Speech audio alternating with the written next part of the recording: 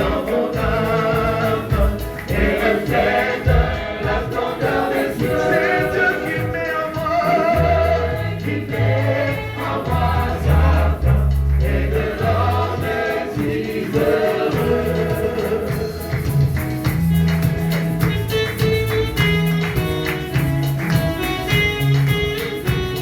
En moi régner, ensemble, dans ta rue un jour nouveau, mon ciel, rideau. Oh, les douleurs, en prix de lui, les en ses ordures, toutes les lumières.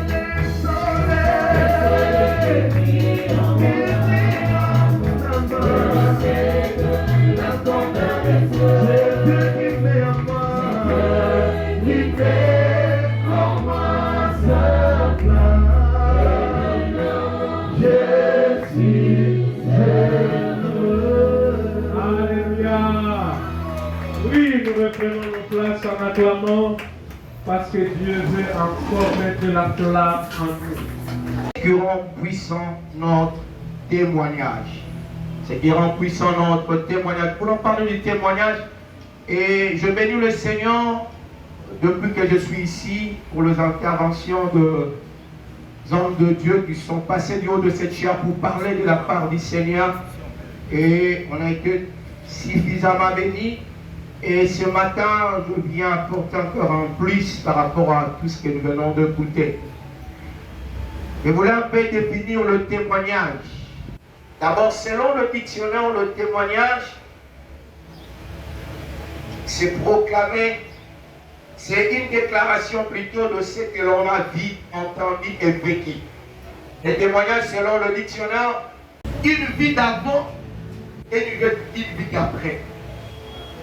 Comme l'apôtre Paul l'a dit, dans 2 Corinthiens 5, il a dit, celui qui est en Christ, il est devenu une nouvelle créature. C'est-à-dire, il a bien dit, les choses anciennes sont passées, et voici, toutes les choses sont devenues nouvelles. C'est-à-dire, il y a une vie d'avant.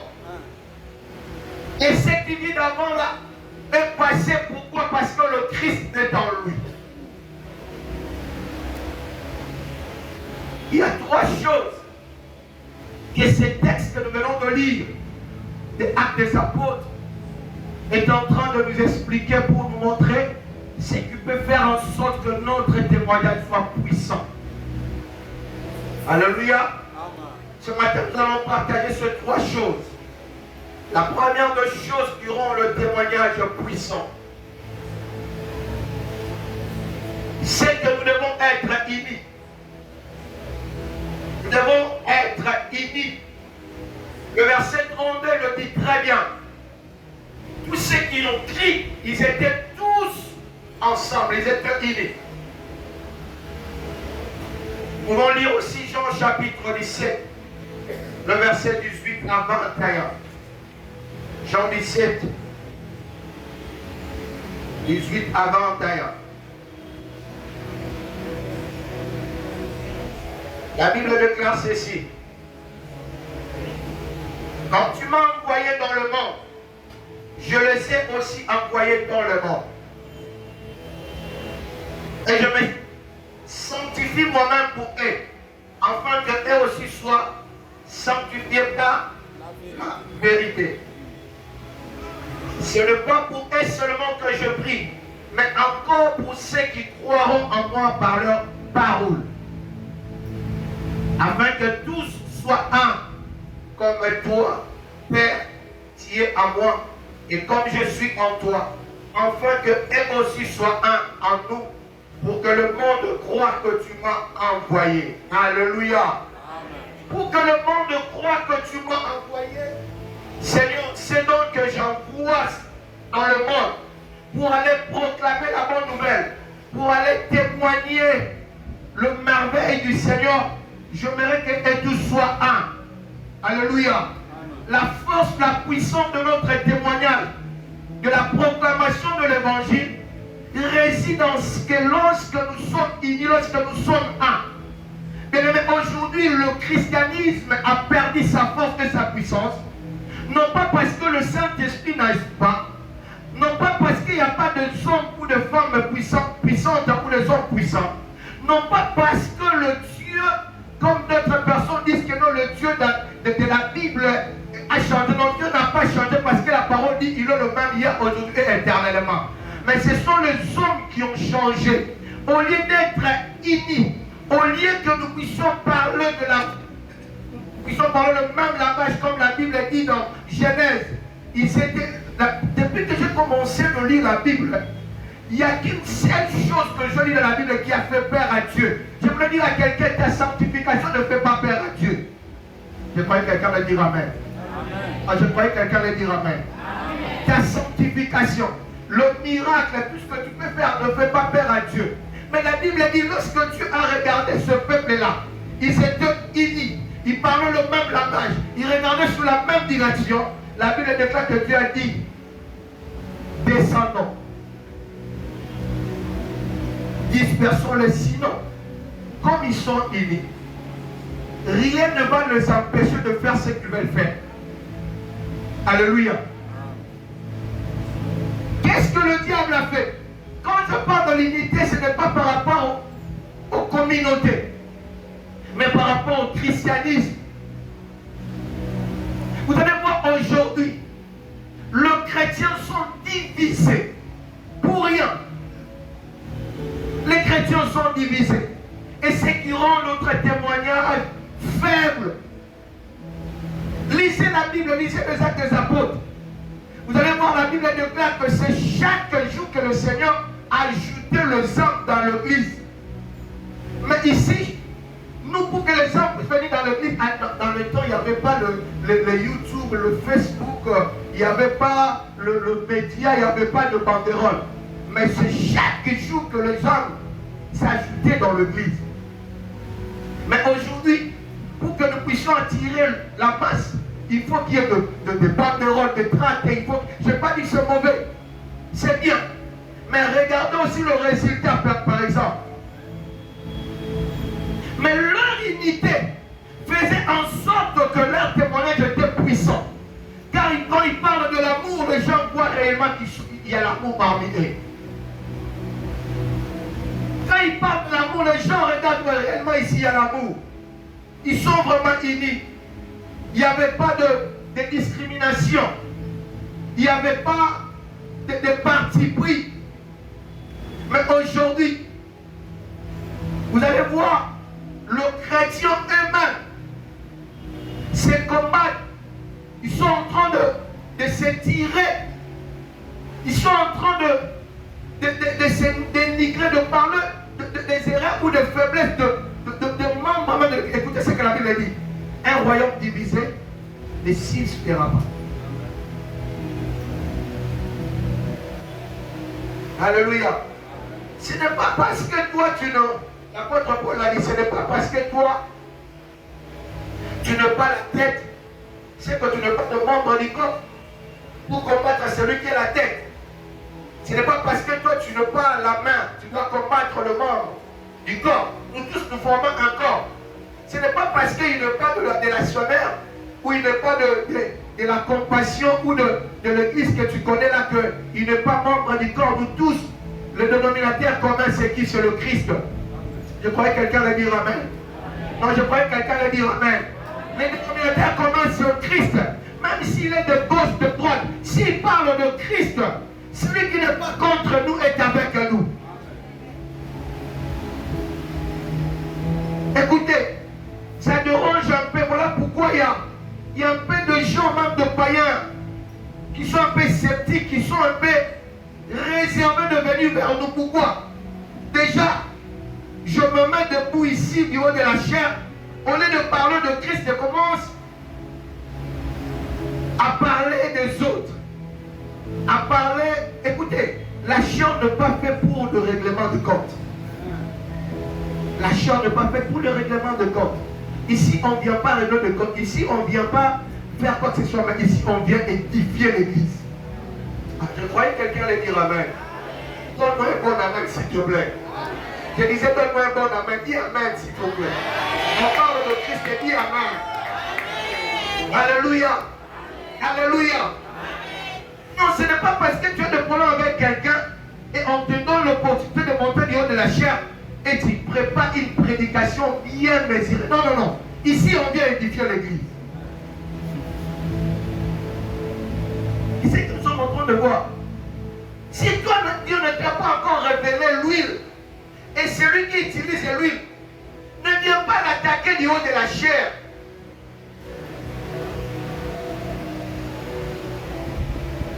Si toi, Dieu ne t'utilise pas dans la dimension prophétique ou de miracle, ne viens pas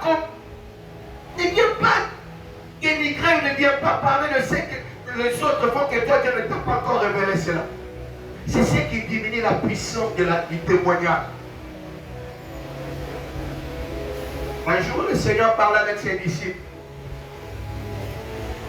sur le parabole du livret et du blé. Et j'aime ce que le Seigneur a dit. Laissez-les croître ensemble. Il a dit laissez-les croître ensemble. Il y a un temps. Il y a un temps où moi-même je viendrai enlever l'ivraie. Mais si vous voulez enlever l'ivraie maintenant, vous allez faire du mal au quoi? Au blé. C'est ce qui se passe aujourd'hui. Pendant que le Seigneur était en train de parler, il parlait de serviteurs qui étaient dans le champ. Le contexte c'est ça. Mais c'est ce qui se passe aujourd'hui, non? On a commencé à arracher avec brutalité l'ivraie. Et nous avons commencé à faire du mal au quoi? Au blé. Comment je vais expliquer? Quand l'ivraie, par exemple un mauvais serviteur qui vient avec de faux prophéties à l'église ou de faux miracles, il commence à faire des histoires, tout ça, tout ça. Le Seigneur a dit ceci, laissez-les croître ensemble. Maintenant, quand on a commencé à faire du mal à l'ivraie, du haut de la chair, la prophétie c'est quoi? Les miracles c'est quoi?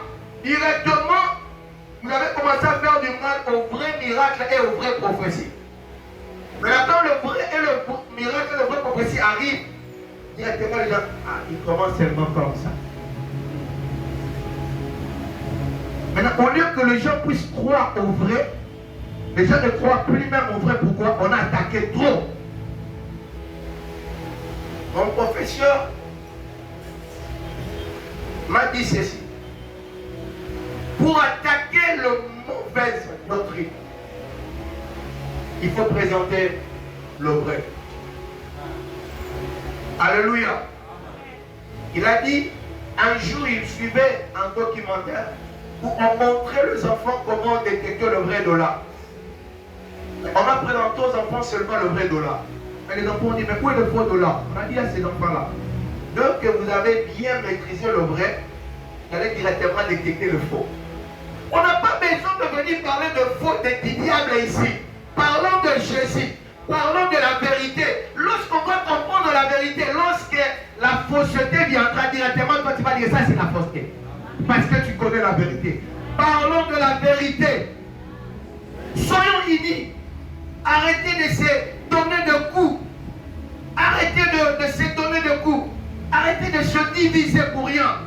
Même à l'église, il y a des partis pris, il y a des groupes, il y a des groupuscules, il y a des gens. Non, lui, parce qu'il parle bien, soyez, c'est mon frère. Non, nous ne sommes pas frères parce que nous parlons le Lingala, le Kikongo, le Swahili, le Chiluba. Nous sommes frères parce que tous nous sommes des enfants d'un même père qui s'appelle qui? Jésus. Il a dit à tous ceux qui l'ont reçu, à ceux qui croient à son nom, il leur a donné le pouvoir de devenir enfants de qui? Nous sommes enfants de Dieu, non pas parce que je suis de la semeur ou de la 45e siècle, mais nous sommes tous enfants de Dieu parce que nous avons crié à qui? Au Seigneur. Je croyais que quelqu'un allait acclamer le Seigneur.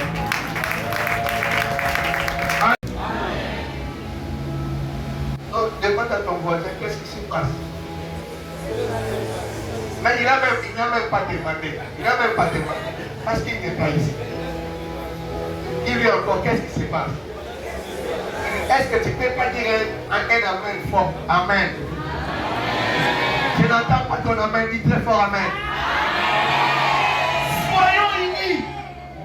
Le Seigneur a dit soyons unis. Comme moi et le Père nous sommes un, nous devons être aussi un. Lorsque ton frère a un problème, je n'ai pas besoin de connaître son ethnie, je n'ai pas besoin de connaître son niveau, son rang social pour aller le rendre visite ou de le soutenir. Mais comme il est mon frère dans le Seigneur, la Bible dit, quand nous avons l'opportunité, nous avons l'occasion, Galates, faisons le bien, surtout aux frères dans le...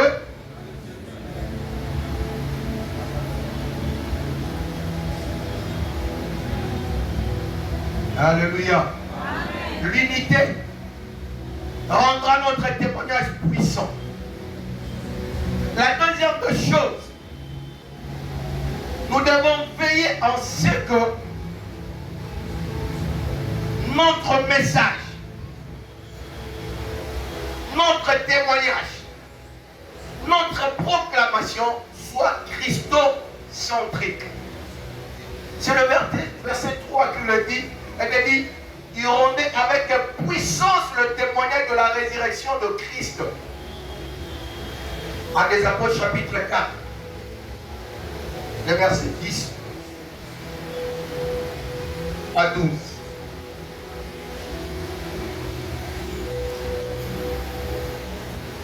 Sachez-le tous, et que tout le peuple d'Israël le sache. C'est par le nom de Jésus-Christ de Nazareth que vous avez crucifié et que Dieu a ressuscité de mort. C'est par lui que cet homme se présente en pleine santé devant vous. Jésus est la pierre rejetée par vous qui bâtissez. Et Dieu est devenu la principale de l'âme. Il n'y a de salut en aucun autre, car il n'y a sous le ciel aucun autre nom qui a été donné parmi les hommes par lequel nous devions être sauvés. Alléluia. Alléluia. Bien-aimés dans le Seigneur, ce qui rend puissant et efficace notre témoignage, c'est le contenu du témoignage. Le message que nous apportons. Alléluia. Aujourd'hui, même dans nos églises, même lorsque nous partons évangéliser, proclamer, vous allez voir quelqu'un qui part évangéliser, dit, viens dans notre église. Chez nous, on parle français. C'est nous, dans notre église, on est déjà là-bas, il y a la puissance. Là-bas, même si tu es malade, tu viens, c'est moi qui te guéris. Alléluia. Quelqu'un, il part témoigner, il part proclamer, il part évangéliser, il dit, sinon moi, depuis que je suis dans cette église-là, voyage, papa.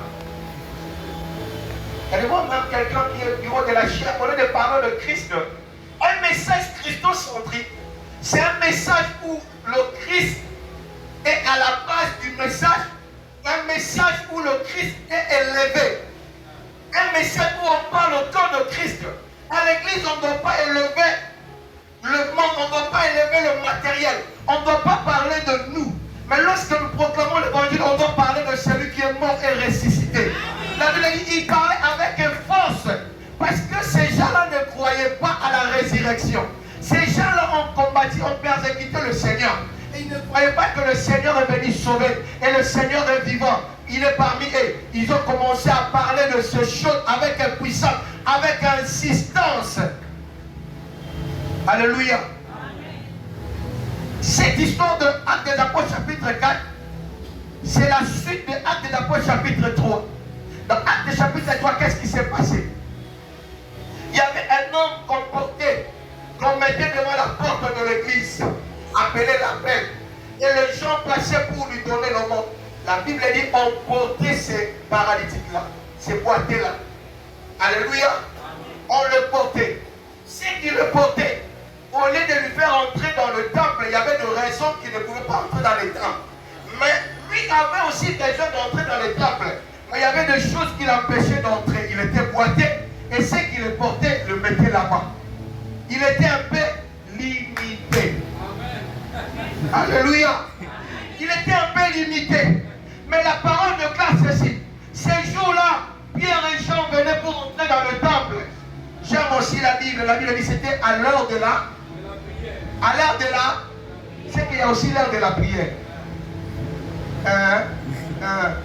L'heure de la prière, c'est 8h30. Quand tu viens à 8h31, c'est pas l'heure de la prière. J'étais en train de dire à quelqu'un, je dis, lorsque nous ne respectons pas ces conseils convenus pour l'heure de la prière, c'est déjà un péché, n'est-ce pas? Nous avons dit à Dieu, nous allons commencer à 10h. Toi, tu viens à 11h. C'est combien un péché, n'est-ce pas? Est-ce que qui est venu en retard et il a demandé pardon à Dieu parce qu'il est venu en retard? Qui? Ça, c'est un péché qu'on ne peut pas demander pardon. Gloire à Dieu si vous l'avez fait. Alléluia. Alléluia. Mais lorsque bien les gens ont vu ce monsieur, il demandait le monde. Pierre a regardé le monsieur, il a dit, je n'ai ni argent, ni or pour te donner. Si tu n'as ni argent, ni or, passe. Alléluia. Parce que moi, je n'ai pas besoin de discours, j'ai besoin de l'argent. Comme toi, tu n'en as pas, passe alors. Mais Pierre a dit non. Regardez-nous attentivement. Lorsqu'il a regardé attentivement, il a dit, il s'attendait de recevoir de quelque chose. Je suis en train de dire à quelqu'un ce matin, peut-être tu es limité, ce sont les gens qui t'ont limité, parce que les gens amenaient ce monsieur-là et le déposaient là-bas. Il était limité. Mais ce jour-là, lorsqu'il a rencontré le Seigneur, parce que le Seigneur était en Pierre et Jean, ils ont dit, c'est que nous avons. Ils avaient quelqu'un, il avait quelque chose. Ils ont dit, au nom de Jésus-Christ de Nazareth, au nom de Jésus-Christ, lève-toi. Il s'est levé à ce moment-là. Je suis en train de dire à quelqu'un, ce monsieur-là venait avec l'intention de recevoir l'hommage. Mais ce jour-là, il a reçu le pied. Je parle à quelqu'un ce matin. Tu es venu ce matin avec des intentions. Tu as besoin de quelque chose. Mais depuis mon Dieu de rencontrer le vrai besoin de ta vie. Ah, je croyais quelqu'un dire amen. Je prie le Seigneur ce matin que tu rencontres le vrai besoin de ta vie. Peut-être le vrai besoin de ta vie, ce n'est pas le mariage. Le vrai besoin de ta vie, peut-être ce n'est pas le travail. Mais seul Dieu le sait. Parce que tu n'as jamais vu quelqu'un devenir le monde avec le pied. Tu n'as jamais vu cela. Je pose la question. Tu n'as jamais vu quelqu'un devenir le monde avec le pied. Les gens qui demandent l'argent en cours de route. Moi d'ailleurs aujourd'hui et hier aussi, à Kikapode, je suis descendu une maman avec le pied. En naissance, nous sommes là pour faire des gouttes pour les gangas. Père Petito. Dès que je suis descendu, papa, est-ce que je peux avoir un 500 francs? Je vais donner un 500 francs. C'est que l'handicap ne nous oblige pas à mendier. Alléluia. Mais il avait un besoin. Et vous allez comprendre la Bible, vous allez comprendre que depuis le jour où le frère a eu le pied, il n'a jamais mendié encore. Tu pleures parce que le Seigneur ne t'a pas encore donné le vrai besoin de ta vie. Et le jour où le Seigneur va toucher au vrai problème de ta vie, tu arrêteras de pleurer, tu arrêteras de te lamenter, tu arrêteras de faire ce que tu fais. Alléluia. Écoutez-moi. Lorsqu'il a eu le pied, au lieu de rentrer à la maison, La Bible dit qu'il est entré dans le temple. C'est qu'il avait aussi besoin d'entrer dans le temple. Lorsqu'il est entré dans le temple, qu'est-ce qu'il a commencé à faire? Il a commencé à sauter et à louer. Oh, il y a des gens qui ne dansent pas, non pas parce qu'ils ne savent pas danser, mais ils n'ont pas encore trouvé le raison de danser. Moi, je ne sais pas chanter parce que le Seigneur ne t'a pas encore donné le sujet de chanter. Mais le jour où le Seigneur va te rencontrer ton vrai problème, tu vas chanter sans répétition. Tu vas chanter, tu n'auras pas besoin de do, de la. Tu vas commencer à chanter, danser. Pourquoi tu danses? Tu ne sais pas pourquoi je danse. Comme on nous a dit l'autre fois ici. Non, moi, je ne sais pas s'il est de Séboul. S'il est qui que ce soit, je m'en fous. Mais ce que je sais, j'étais avec et maintenant je fais quoi?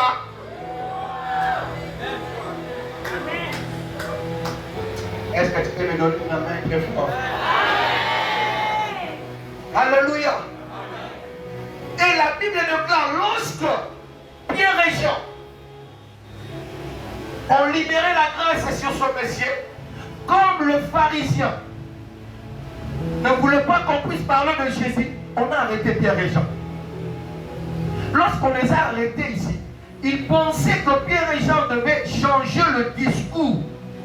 Mais devant le Sanhédrin, devant le sacrificateur, devant les gens qui devaient leur faire du mal, ils n'ont pas eu peur. Ils ont dit, le Jésus que vous avez crucifié, c'est à son nom que ce monsieur est debout. Et il n'y a pas de salut à aucun autre nom. Le salut est au nom de Jésus. Le salut n'est pas dans la communauté. Le salut n'est pas dans l'eau, dans l'huile, dans quoi que ce soit. Le salut est au nom de Jésus-Christ. Lorsque nous parlons de l'évangélisation, nous proclamons, nous témoignons. Parlons de Christ. Alléluia. Qui sait que je suis maintenant? Ce n'est pas parce que je priais. Parce qu'il y a des gens qui pensent que ce qu'ils sont, c'est grâce à leur sanctification, grâce à leur manière de se donner à Dieu. Tout ce que nous avons de la part du Seigneur, c'est quoi? C'est la grâce.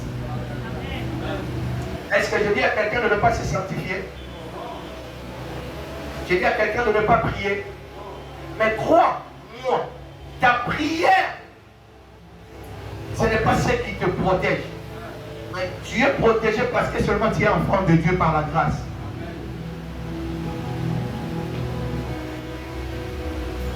C'est Jésus-là.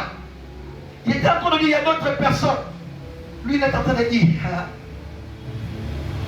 Maman, ce soit mati pour tout n'angomba. Maman, on est l'autre côté. Nga, na tout le monde a mago papa, ok. Ça dit quoi? Dieu descendit parce que lui, il a levé seulement le main. Et ce qui prie là, donc c'est-à-dire vous voyez déjà, la personne, il se met au centre de ce qui se passe. Il y a même d'autres personnes qui disent, venez, vous aurez vos miracles. Et je voulais déjà dire à quelqu'un, si tu rencontres un homme de Dieu qui te promet la prophétie, c'est un aventurier. On ne promet pas la prophétie.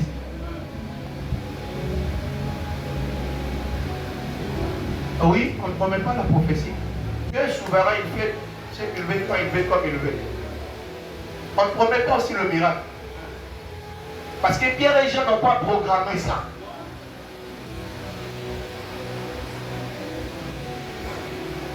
On ne promet pas. Demain, le ciel sera ouvert. C'est toi qui as la clé du ciel pour ouvrir demain. Bon, tu peux le dire aussi par la foi. Par souci. On doit mettre Christ au centre de tout, même nos cantiques.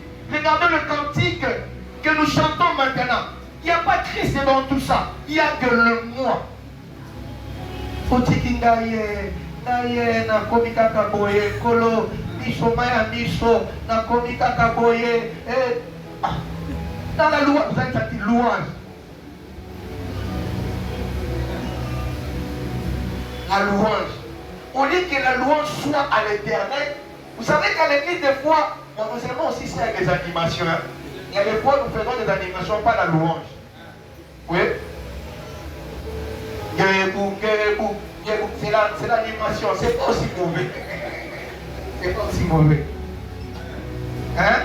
C'est pas aussi mauvais, c'est l'animation. Mais la louange n'a plus de place à l'église. Parce que la louange, c'est à l'intérieur. C'est-à-dire, lorsque vous louez, vous parlez. Ici, ils ont parlé, ils ont élevé Jésus.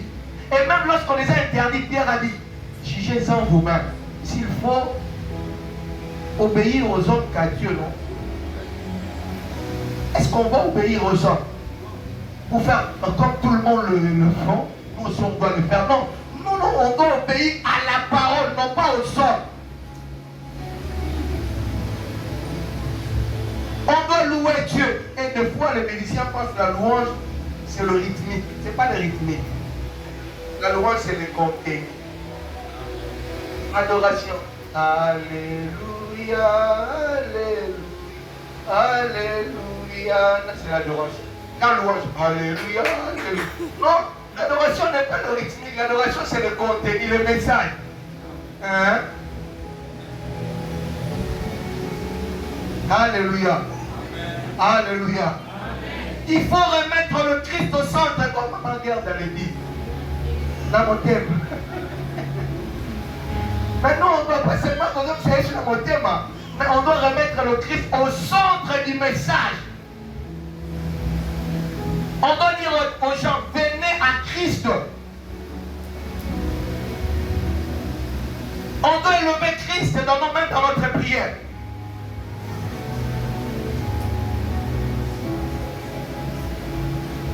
Une fois j'étais en Angola, alors j'avais un programme, j'avais un rendez-vous avec mon grand frère. Il devait m'envoyer l'argent. Je devais se rencontrer à l'agence, parler et puis il me donne l'argent. J'ai dit, je dois prier pour les démons de blocage, d'oubli, de retard, les démons de tout ça pour qu'ils ne puissent pas oublier. Pendant que j'ai voulu commencer la prière, le Seigneur m'a dit, adore-moi. Il dit, papa, moi j'ai un rendez-vous. Le diable peut venir intercaler, qu'il puisse oublier, qu'il puisse manquer l'argent. Je dois chasser tous ces démons-là. Le Seigneur m'a dit, adore-moi.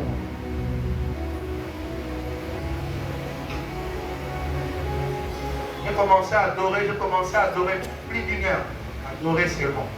Et à un moment, le Seigneur m'a dit, arrête la prière, va à l'agence. Oh, le rendez-vous c'était à 15h, c'était 12h. Le Seigneur m'a dit, va à l'agence. Seigneur, le rendez-vous c'est à quel? Le Seigneur m'a dit, va à l'agence.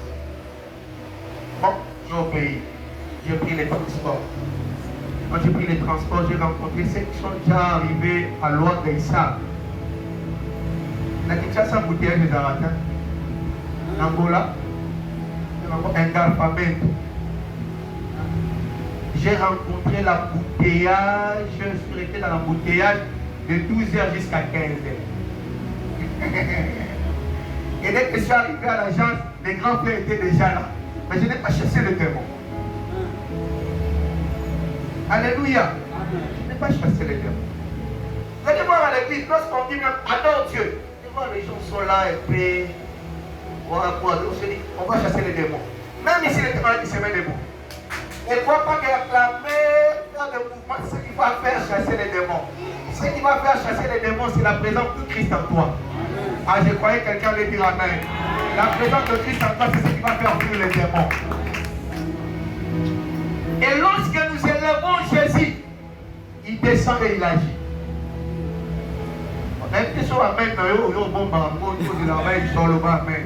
On dit amen lorsqu'on parle de choses de Dieu. Tu sens que ça c'est la parole de Dieu. On dit amen. Et dites amen.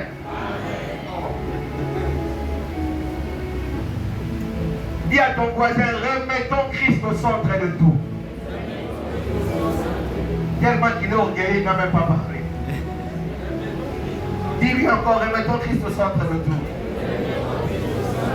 Parlons de Christ partout où nous sommes, mais parlons de Christ.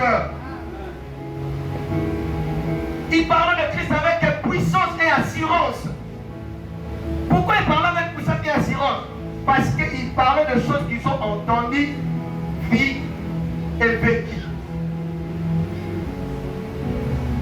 Avant d'aller à notre troisième point, je voulais dire encore une chose.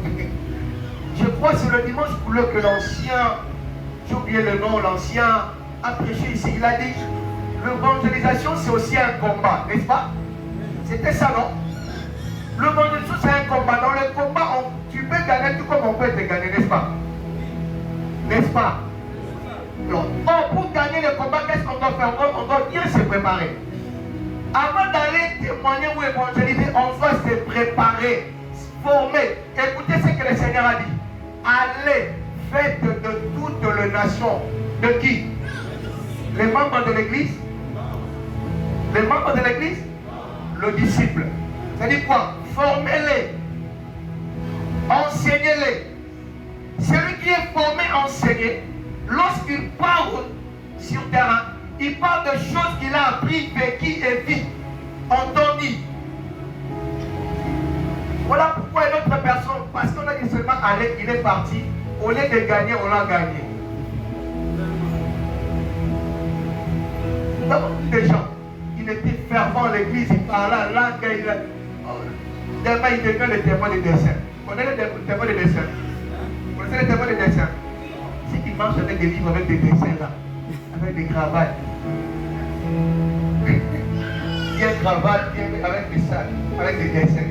Oh.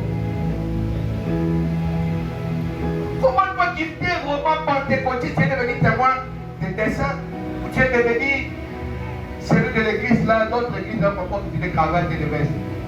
Les saints du dernier maintenant. Il a perdu la foi, pourquoi? Il n'était pas suffisamment enseigné. Il n'avait pas le message qu'il devait apporter. Les apôtres, quelles que soient les circonstances, ils n'ont pas changé le message. Ils ont parlé toujours de Christ. On nous a dit ces jours-là, le Pierre qui a régné le Seigneur. Et ces jours-là, il a régné le Seigneur devant une femme. Hein. Il ne devait rien faire pour lui.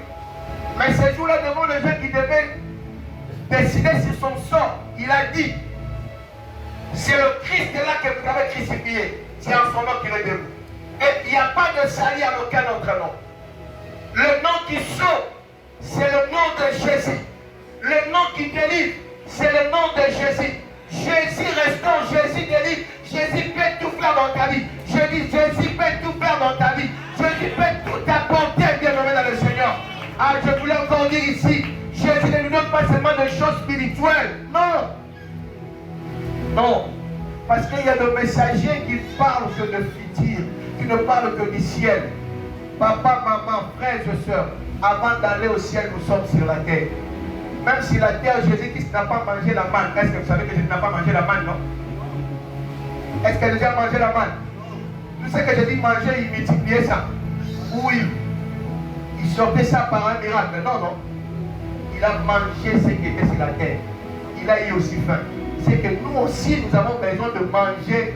Nous avons besoin de tout ce qui se passe sur la terre. Nous avons besoin de ça aussi. Mais ce n'est pas notre priorité. Notre priorité sur le Christ. Si le Christ nous a donné cela, ce n'est pas un problème. Ce n'est pas parce qu'on est chrétien, on doit avoir des cheveux comme ça beaucoup. On doit être bizarre. Non, même le Saint-Esprit n'a pas contre le display. Le display est bien malgré Christ est là-bas. Tu es très bien habillé, propre, malgré Christ est là-bas. Tu vois, je suis chrétien, tu dois commencer. Non, non.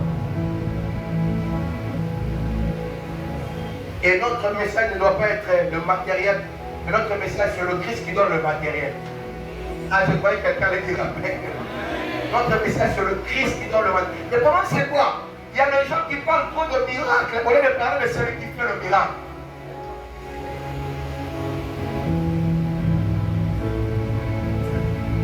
Notre dernier point, troisième chose qui fait en sorte que notre témoignage soit puissant.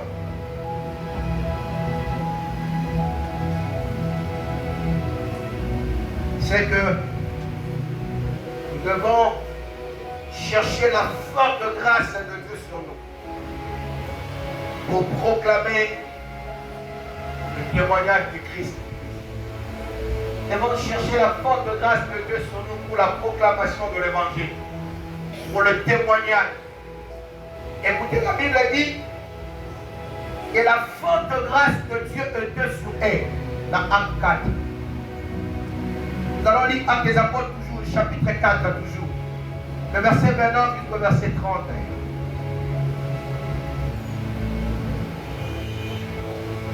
La Bible dit, tu dois avoir aussi des gens avec qui tu dois passer des moments de prière. Et pour se ressourcer, la Bible dit, lorsqu'ils sont arrivés là-bas, ils ont expliqué ce qui s'est passé. Et après, ils ont dit, on doit prier. Ils étaient déjà revêtis de l'Esprit dans Actes des Apôtres chapitre 2. Encore la puissance. C'est-à-dire, nous devons désirer à tout moment d'être revêtis, remplis de l'Esprit. Ils ont dit, Seigneur, tends ta main sur nous. Regardez comment ils sont en train de nous menacer, de nous combattre. Regardez comment le diable a occupé l'espace. Regardez comment aujourd'hui le mal a occupé l'espace, a gagné l'espace. Regardez comment aujourd'hui le faux messager ont envahi l'espace. Seigneur, nous avons besoin de ta main sur nous. Afin qu'on puisse pas seulement parler, mais qu'on puisse aussi démontrer ta parole. L'apôtre Paul est en train de dire ceci. Lorsque je suis venu vers vous, parce qu'il y avait des gens qui ont écouté Apollos qui avait l'art oratoire. Et la Bible, il était versé dans les Écritures. Il avait un bon français, si je peux le dire. Il parlait très bien quand il parle. Vous savez, avec des dictions de 38, des pronoms de là et de l'est. Il n'avait pas ça. Mais lorsque Paul est venu, Paul lui ne parlait pas beaucoup. Et la Bible a dit qu'il y a eu des gens qui ont suivi Apollos seulement à cause de son art oratoire. Parce que seulement il parle bien. Lorsqu'il parle bien, il parle un bon français. Lui là-bas, lui, il est vraiment éveillé, tout ça. Et il y a eu des gens, elle me dit, il y a eu des gens de Paul et il y a eu des gens d'Apollos. Il y a eu des divisions dans l'église. Mais lorsque l'apôtre Paul est venu, il a dit, écoutez, lorsque moi je suis venu vers vous,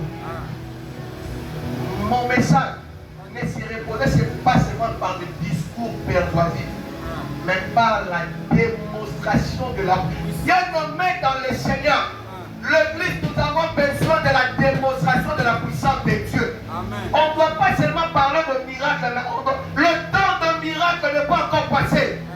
Je croyais que quelqu'un allait dire Amen. Amen. Oh, je croyais que quelqu'un allait dire Amen. Amen. Et je voulais informer quelqu'un. Nous sommes une église pentecôtiste. Une église pentecôtiste, c'est une église où le Saint-Esprit est à l'œuvre. Un jour, j'étais avec deux frères à Kisangani, des hommes de Dieu. Ils m'ont dit, vous n'êtes pas de l'église de réveil. Je dis, ah, si nous ne sommes pas de l'église de réveil, nous sommes de l'église du sommeil. Et je lui ai posé la question, qu'est-ce que toi tu appelles réveil? Le réveil, ce n'est pas le bruit. Le réveil, ce n'est pas le bruit. Mais le réveil, c'est la manifestation de l'esprit.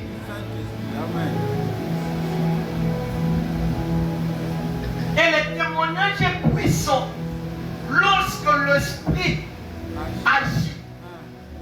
Il a dit, attendez ici, vous recevez une puissance, le Saint-Esprit survenant sur vous, et vous serez mes témoins, et vous allez parler de moi. Ce qui a poussé les apôtres, les disciples de témoigner, c'était la puissance d'en haut. Ils ne parlaient pas seulement parce qu'ils ont entendu, mais l'esprit le poussait à parler. Je prie que l'esprit te saisisse. Lorsque l'esprit te saisit, tu parleras même si on ne t'a pas envoyé. Amen. Ah, lorsque l'esprit te saisit, tu vas commencer à évangéliser, parler de Christ, même si on ne t'a pas envoyé.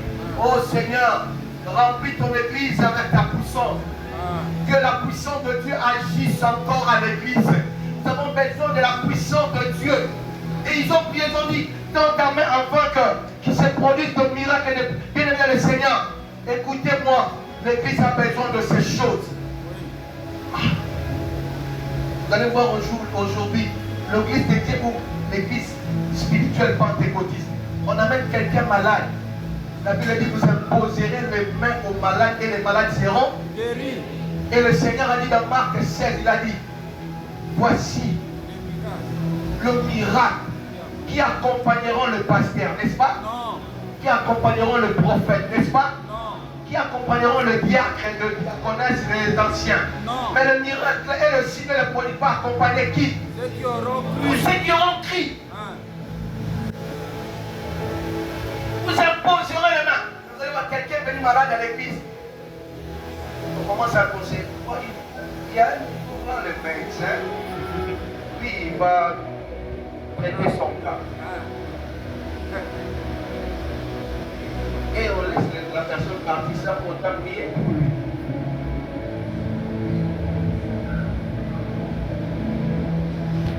Dis à ton frère, le temps de miracle n'est pas encore passé. Le temps du miracle n'est pas encore passé. Nous avons besoin de voir ces choses encore à l'église. Écoutez-moi, frères et sœurs. Une église pentecôtiste, c'est une église où l'esprit est en train d'agir, de conduire le peuple.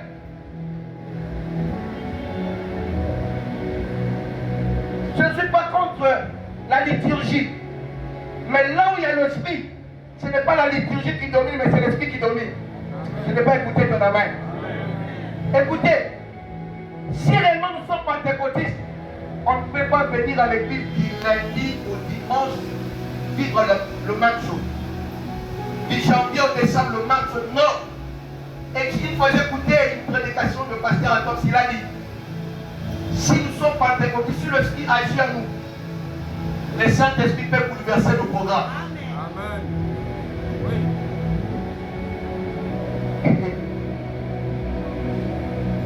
Là où je étudie,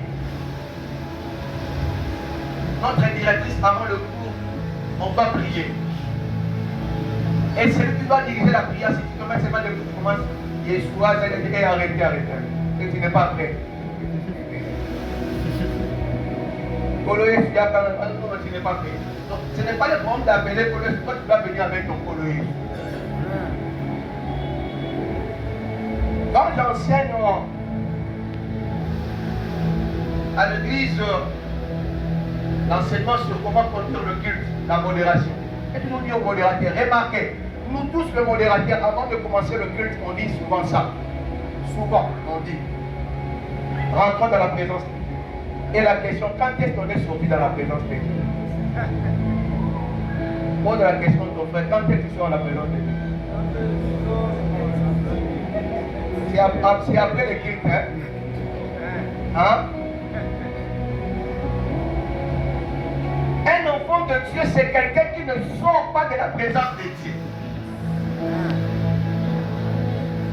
J'entends ce qu'il a dit, si vous demeurez à moi et que mes paroles demeurent en vous.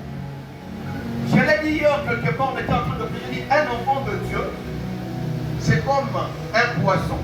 Si on le fait sortir dans l'eau, il meurt. N'est-ce pas? Oui. Si tu sors de la présence de Dieu, et je posais la question. J'étais en train de dire à ces gens, à vous bien de me compris avec eux hier, je dis ceci. Lorsque le Seigneur est venu dans le jardin, est-ce que vous savez que Dieu n'a pas créé Adam dans le jardin? Vous savez ça? Hein? Vous savez ça? Oui. Le Seigneur a amené Adam dans le jardin. Mais le Seigneur vient, il pose la question à Adam. Adam, où es-tu? Si Adam était encore dans il allait dire à Jésus, ici quand tu es avec moi.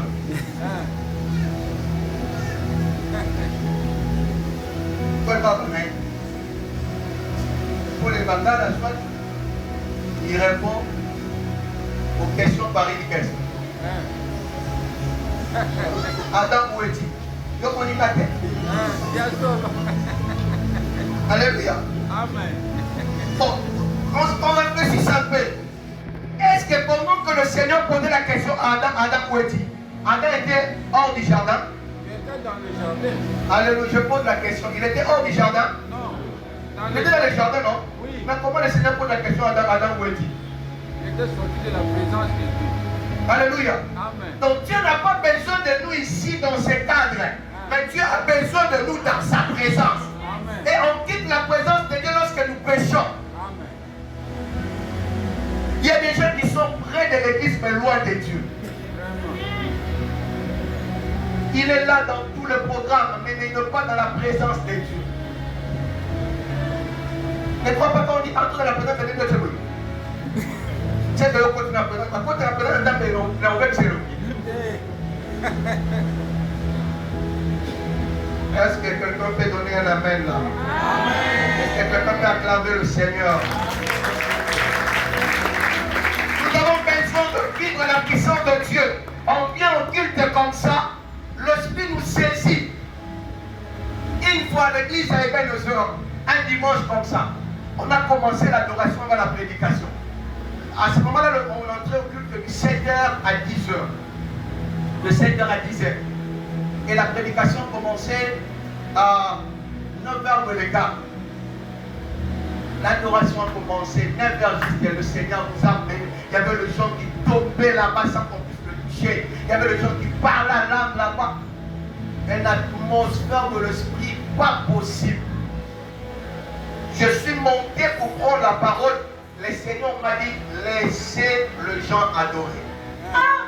On entrait dans l'adoration. Il y avait de miracles qui se produisaient. 9h30, l'église qui termine à 10h. 9h30 quand même, pour tout il y a quand même polo.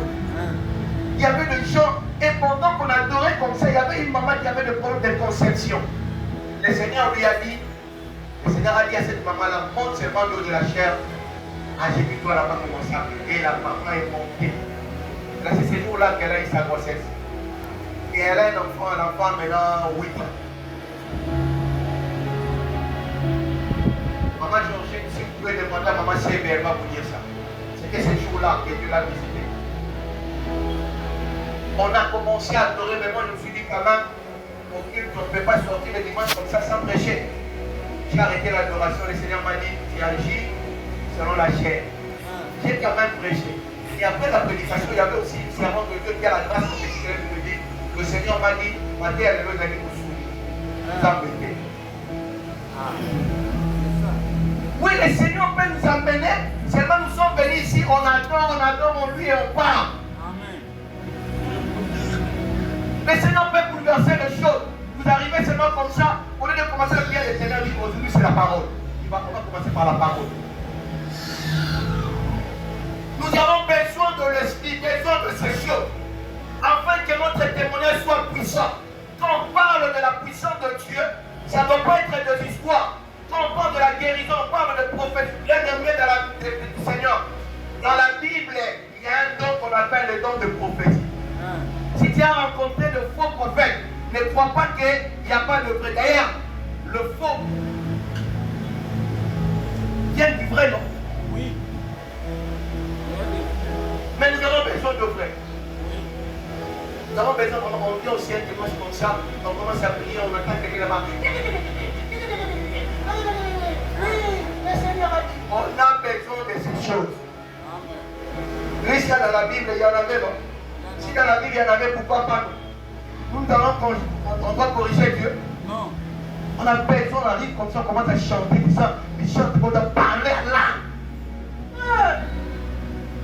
On vient ici, ce n'est pas le répertoire, ce n'est pas la répétition. Mais le Seigneur impose le chant. Le chant te dit Amen. Amen. On vient ici, le Seigneur impose les choses. C'est ce que nous voulons.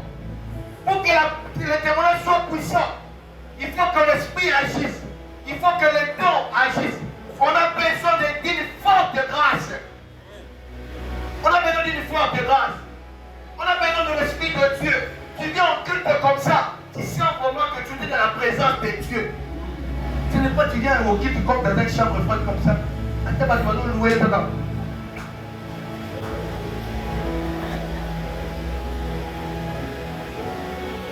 Et quand on sent que les gens entrent dans la prière de la prière, quand tu sais pas, oh mon Dieu Jésus, oh, avec de mauvais esprits que tu as.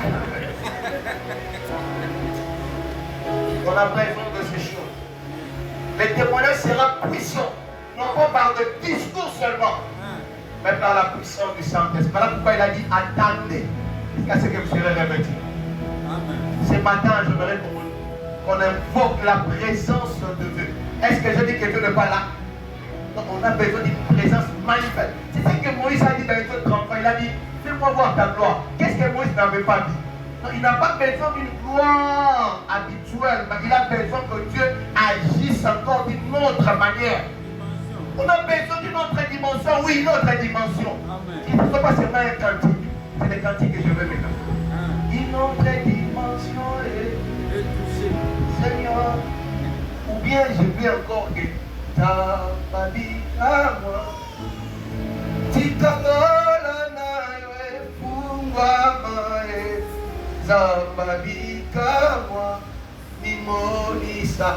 Job a dit, j'avais entendu parler de toi, mais maintenant je te dis, on ne veut pas seulement qu'on parle de la gloire de Dieu sans pour autant vivre cela. Nous voulons vivre la puissance de la parole. Cette parole ne doit pas être seulement une histoire, mais ça doit être le vécu. Est-ce que tu peux te tenir debout? Que tu pries à Dieu. Nous voulons voir ça. Je ne vais pas te demander de prier. Je ne vais pas te donner aussi le sujet. Mais tu as écouté Dieu. Tu as besoin de cette forte grâce. Cette puissance d'en haut. Shabraya Bosa.